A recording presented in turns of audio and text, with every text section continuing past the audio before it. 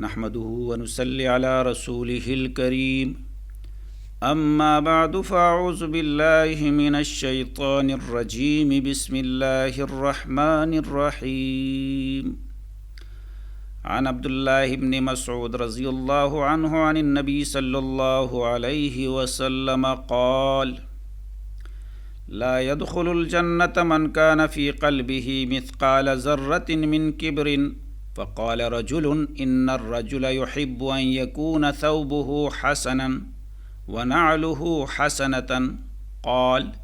إن الله جميل يحب الجمال الكبر بطر الحق وغمط الناس رواہ مسلم۔ حضرت عبداللہ ابن مسعود رضی اللہ تعالی عنہ سے روایت ہے کہ رسول اللہ صلی اللہ علیہ وسلم نے فرمایا،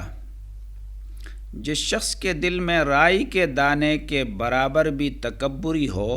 وہ جنت میں داخل نہیں ہوگا۔ یہ سن کر ایک شخص نے عرض کیا کہ کوئی آدمی یہ پسند کرتا ہے کہ اس کا لباس عمدہ ہو اور اس کے جوتے اچھے ہو،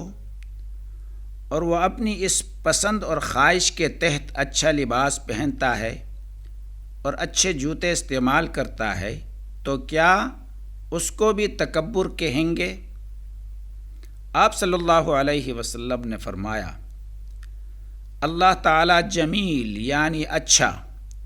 اور آراستہ ہے، اور جمال یعنی اچھائی اور آراستگی کو پسند کرتا ہے، اور تکبر یہ ہے کہ حق بات کو ہٹ دھرمی کے ساتھ نہ مانا جائے اور لوگوں کو حقیر و ذلیل سمجھا جائے۔ حدیث مبارکہ کی وضاحت۔ اگرچہ آخر کار سب ہی اہل ایمان جنت میں داخل ہوں گے، مگر جن گناہ گاروں کو معافی نہیں ملے گی وہ پہلے اپنے گناہوں کا عذاب بھگتیں گے، پھر جنت میں جا سکیں گے۔ چنانچہ اس حدیث کا مفہوم یہ ہے کہ متکبر شخص متقین کے ساتھ پہلے مرحلے میں جنت میں داخل نہ ہوگا۔ یہاں ذرہ کا لفظ استعمال ہوا ہے۔ ذرہ سے یا تو چھوٹی چونٹی مراد ہے، جس کے بارے میں کہا جاتا ہے کہ اس جیسی 100 چونٹیاں مل کر ایک جو کے وزن کے برابر ہوتی ہیں،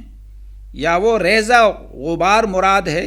جو ہوا میں باریک باریک نظر آتا ہے اور روشنی کے وقت چمکتا ہے۔ ایک صحابی نے جو یہ سوال کیا تو اس کا ایک پس منظر تھا۔ وہ یہ دیکھا کرتے تھے کہ جو لوگ غرور و تکبر کرتے ہیں اور اپنے علاوہ ہر ایک کو ذلیل و حقیر سمجھتے ہیں، ان کے جسم پر اعلیٰ اور نفیس لباس ہوتا ہے اور ان کے پیروں میں نہایت ہی اعلیٰ جوتیاں ہوتی ہیں اور ان کے کپڑے وغیرہ اعلیٰ درجے کے ہوتے ہیں۔ چنانچہ جب انہوں نے ان حضور صلی اللہ علیہ وسلم کا مذکورہ ارشاد سنا تو ان کو گمان ہوا کہ کہیں یہ چیزیں تو تکبر کی نشانیاں نہیں ہیں۔ لہٰذا انہوں نے پوچھا کہ اگر کوئی شخص محض اپنی ذاتی خواہش و پسند اور استطاعت کی بنا پر اچھے اچھے کپڑے پہنے اور عمدہ جوتے وغیرہ استعمال کرے، اور اس کے خیال میں بھی یہ بات نہ ہو کہ وہ اپنے کپڑوں وغیرہ کے ذریعے دوسروں پر اپنی امارت اور بڑائی کا رعب ڈالے گا، لوگوں کو ذلیل و حقیر سمجھے گا اور اطراحت و گھمنڈ کرے گا، اور اس شخص کی اس نیت کی علامت یہ ہو کہ وہ جس طرح لوگوں کے سامنے اچھے کپڑے استعمال کرنا پسند کرتا ہو، اسی طرح تنہائی میں بھی ان چیزوں کو پسند کرتا ہو، تو کیا ایسے شخص پر بھی تکبر کا اطلاق ہوگا؟ حضور صلی اللہ علیہ وسلم نے اپنے مذکورہ جواب کے ذریعے واضح فرمایا کہ ایسے شخص پر تکبر کا اطلاق نہیں ہوگا، بلکہ اس کا لباس عمدہ زیب تن کرنا اور اچھے جوتا پہننا اس کی تہذیب و شائستگی اور اس کی خوش ذوقی کی علامت ہوگا، جس سے شریعت نے منع نہیں کیا ہے، اس کے بعد آپ صلی اللہ علیہ وسلم نے کبر کی حقیقت بیان فرمائی کہ جس کبر کو مذموم قرار دیا گیا ہے وہ دراصل اس کیفیت و حالت کا نام ہے جو انسان کو حق کے راستے سے ہٹا دے، یعنی توحید و عبادت خداوندی سے بے پرواہ بنا دے، حق و صداقت سے سرکشی کرنے پر مائل کرے، حقیقت تک پہنچنے سے روکے اور سچائی کو قبول کرنے سے باز رکھے اور مخلوق خدا کو ذلیل و حقیر سمجھنے پر مجبور کرے۔ اللہ تعالیٰ جمیل ہے جو اس حدیث میں بیان ہوا، اس کا مطلب یہ ہے کہ وہ اپنی ذات و صفات میں، اپنی افعال و قدرت میں اوصاف کاملہ سے موصوف ہے،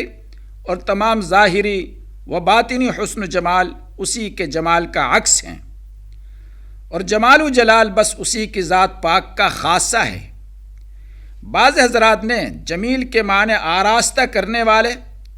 اور جمال بخشنے والے بیان کیے ہیں۔ بعض نے یہ کہا ہے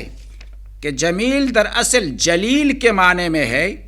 اس صورت میں اللہ تعالیٰ جمیل کا مطلب یہ ہے کہ وہ تمام تر نور و حسن اور جمال کا مالک ہے۔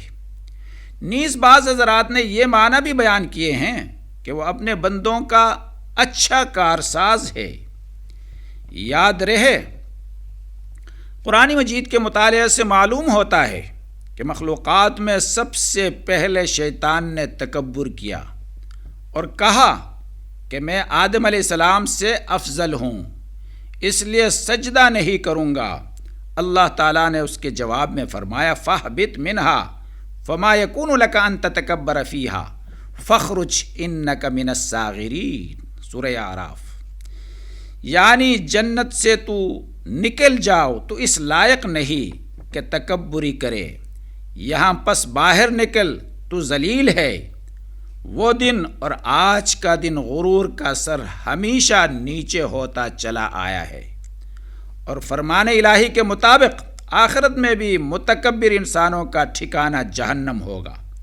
الیس فی جہنم مثوی للمتکبرین، سورہ زمر۔ کیا دوزخ ٹھکانہ نہیں غرور کرنے والوں کا؟ اللہ تعالیٰ تمام امت مسلمہ کو غرور اور تکبری سے محفوظ فرمائے، آمین۔ وما علینا الا البلاغ۔